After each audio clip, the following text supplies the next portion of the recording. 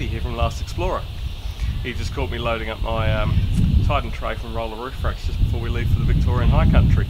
I can tell you one thing though, I've been mightily impressed at how easy this went together and got fitted onto the car. But don't take my word for it. Why don't you check out the short video I made of the install and the unpacking, and then catch back to me when I finish loading this up. Cheers. Here we have the new Titan Tray from Rola Racks.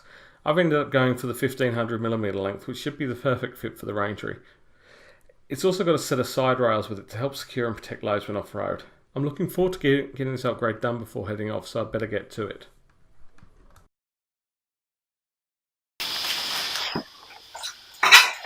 As you can see, it's got the nice T-slot system there. So we'll unpack these.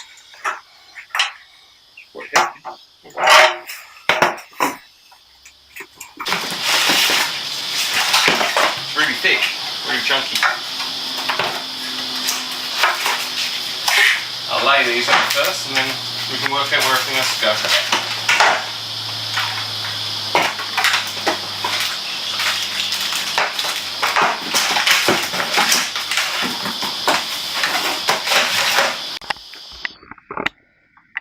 Okay, we've just unpacked all the roof slats and the end pieces, so about to really start putting it all together. It'll be a nice hot day here in Sydney, so I'm actually going to make sure I've got plenty of hydration stuff with me as well, because I'm in a garage, there's not a lot of airflow around either, so it will get quite hot and stuffy in here. Like I say, all the nuts and bolts are there. You may have noticed as well that I was wearing thongs earlier. I've changed those because I'm now going to be doing a lot of hard lifting work, so I've put some covered shoes on just to protect my feet a little bit more, just in case. Not expecting anything to go wrong, but you never know.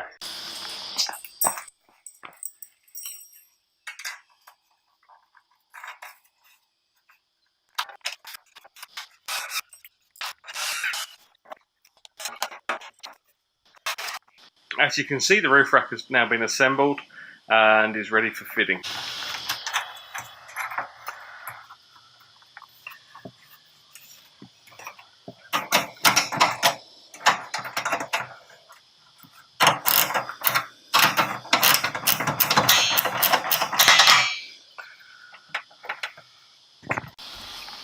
Okay, we've just lined all the roof rack up and I'm just tightening up the last bolts.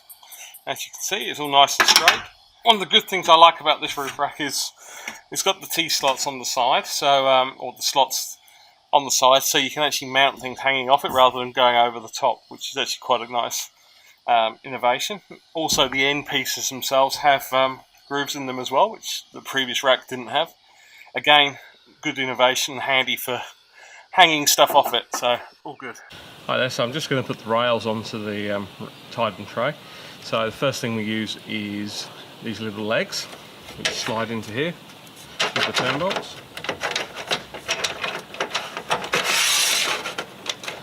They just tighten up like this.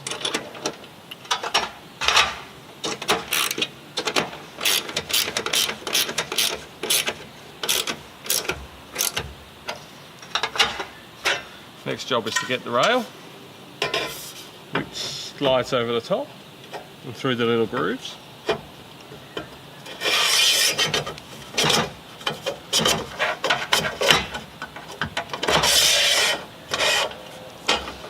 And then the final step in the process is to get the end.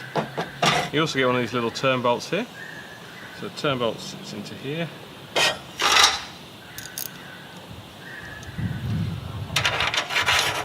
Into there, slot the end in, get it roughly where you want it, should be about there, slide that back in there, and then it's just a case of doing it up, tightening it up into position.